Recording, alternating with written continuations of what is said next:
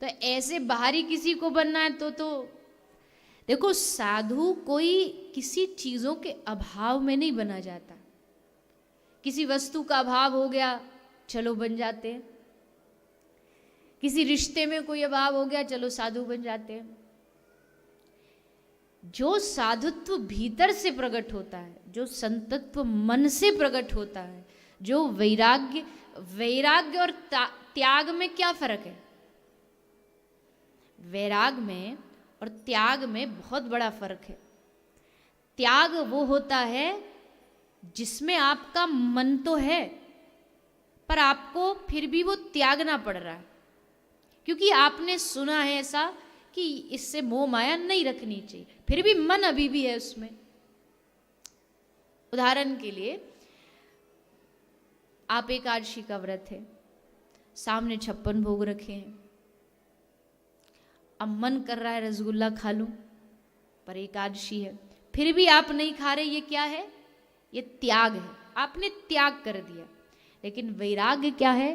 वैराग्य वो है कि सामने सब प्रकार के भोग पदार्थ रखे हों, व्यंजन रखे हों, पर उनकी तरफ आंख फेरने का मन ही ना करे, वो वैराग्य है। त्याग लाया जाता है, वैराग्य अपने आप प्रकट होता है। त्याग आना जाना है, आ गया तो जा भी सकता है, कभी मूड बदला नहीं, अब तो खाना ही तो खाना ही है, छोड़ो व्रत छोड़ दिया, तोड़ दिया व्रत को, खा लिया, तो त्याग आना जाना रहता। पर वैराग्य एक बार जिसके जीवन में आ जाए, एक बार वैराग्य हृदय में जिसके आ जाए, फिर उसको संसार की किन्हीं भी वस्तुओं से आंतरिक लगाव नहीं रहता। और ये बड़ा मुश्किल काम है। त्याग बहुत आसान है, पर वैराग्य ये बड़ा कठिन कार्य है। कोई असली जो सच्चा महापुरुष होता है वही वैरागी बन सकता है, त्यागी सब कोई बन सकते हैं। तो श्री ध्रुव जी महाराज जो है, इन्होंने बाल्यकाल में ही भगवान की भक्ति को अपना अंग बना लिया और भजन करते करते करते 5 वर्ष की अवस्था में इन्होंने भगवान को प्राप्त कर लिया। ध्रुव जी की कथा सुनाते हैं श्री सुखदेव जी महाराज। ध्रुव जी का वंश बताते हैं, इस वंश में कौन कौन हुए, उनकी वंश परंपरा। प्रियव्रत महाराज, उनके वंश में कौन कौन हुए। महाराज प्रियव्रत के वंशज श्री भरत जी हुए, जिनके नाम से हमारे देश का नाम भारत पड़ा। भरत जी का अगला जन्म एक ब्राह्मण योनि में हुआ, जहाँ उनको लोग जड़ भरत नाम से पुकारते थे, क्योंकि उन्होंने अपना जीवन ऐसा बना लिया कि कोई हमें देखे तो पागल समझे और हमसे सब रिश्ते तोड़ दे, क्योंकि जितना हमसे रिश्ते रखेंगे उतना हमारा मोह बढ़ता रहेगा। इसलिए जानबूझ करके अपने आप को पागल सिद्ध कर दिया। सब जड़ भरत कहने लगे। जड़ भरत जी का प्रसंग भागवत में आता है। रहुगण राजा को उपदेश देकर के उन पर कृपा की है श्री भरत जी महाराज ने।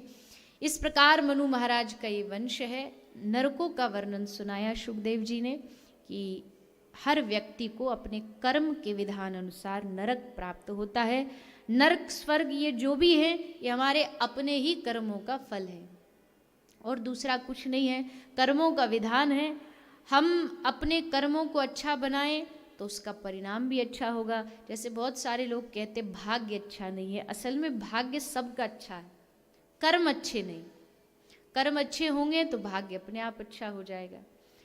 वो या पेड़ बबूल का तो आम कहाँ से हो। जब हमने कर्म ही उस प्रकार के बोए हैं और उसका परिणाम हम चाहे कि अच्छा ही अच्छा मिले, तो वो नहीं हो सकता। आप जैसा कर्म कर चुके हो वैसा ही आपको आगे भुगतना पड़ेगा।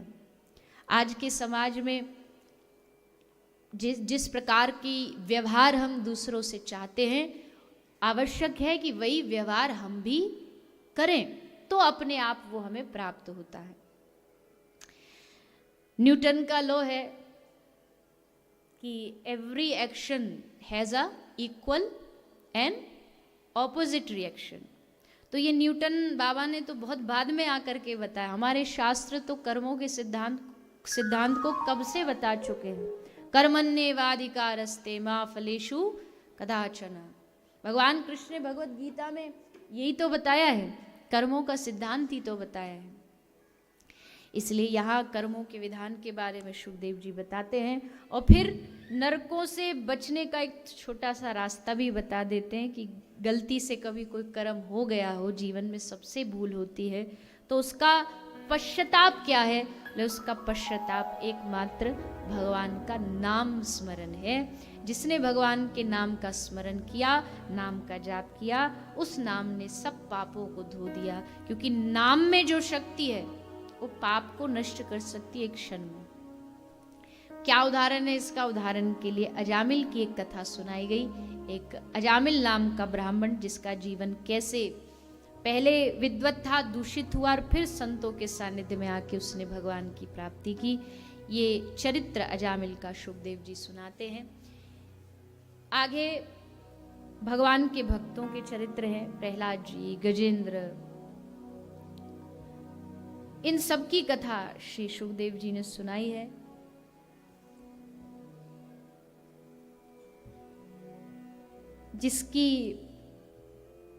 जिसको श्रवण पान आप हम सब करेंगे कल के कथा सत्र में। सब जानते हैं कल कथा का चौथा दिन है और कल कौन सा उत्सव है? क्या उत्सव है कथा में? कल ठाकुर जी का प्रागट्य उत्सव है। तो कल भगवान यहाँ प्रकट होंगे हमारे मध्य और हम सब उनके आगमन की प्रतीक्षा में प्रार्थना करेंगे कि प्रभु आप हमारे मध्य पधारे, हमारे जीवन में आनंद का वास हो।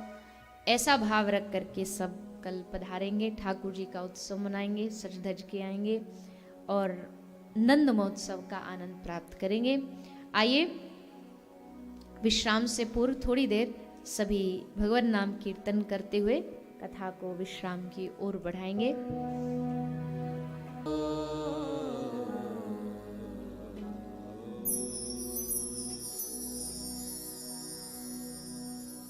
जय श्री राधे। हम सभी ने तृतीय दिवस की पावन कथा का रसास्वादन किया। कल कथा का चतुर्थ दिवस है। कथा प्रसंग के माध्यम से हम सभी भगवान श्री कृष्ण का दिव्य प्राकट उत्सव कल इसी प्रांगण में मनाएंगे। आइए हम सभी विश्राम आरती की ओर बढ़ेंगे। आरती के लिए सम्मानीय मनोज शर्मा जी से निवेदन है कि सापत्नी मंच पर पधारेंगे। गोरखपुर से हमारे बीच जो अंकल जी पधारे हैं उनसे भी निवेदन है सापरिवार मंच पर पधारें। सम्मानीय मनोज शर्मा जी सापत्नी मंच पर पधारेंगे। आदरणीय इशलेश भास्कर जी हमारे बीच हैं, उनसे भी निवेदन है सापत्नी मंच पर पधारें। साथ ही सम्मानीय शर्मा परिवार से निवेदन कि मंच पर आएं। पूज्य स्वामी जी, पूज्य माता जी मंच पे आरती में सम्मिलित होंगे। आप सभी भक्तजन, सभी माताओं बहनों से निवेदन है सभी अपने यथा स्थान पर खड़े हो जाएंगे। अपने मन व हृदय में विराजे बांके बिहारी जी का ध्यान व सुमरन करेंगे व सभी ताली सेवा करते हुए आरती का आनंद लेंगे। एक बार सभी लोग दोनों हाथ उठा के जोरदार जयकारा बोलिए वृंदावन बिहारी लाल की, श्री राधा रानी सरकार की। जय श्री कृष्णा, जय गौ माता।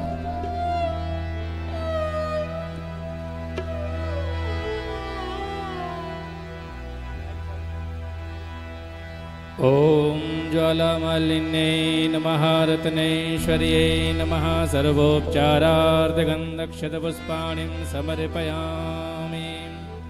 ओम आरार्द्रिपार्थिवगुं राजः पितुरव्रायुधमविः दिवः सदा गुंषिं बृहते बृहतिष्ठ आत्वेकं वर्तते तमः।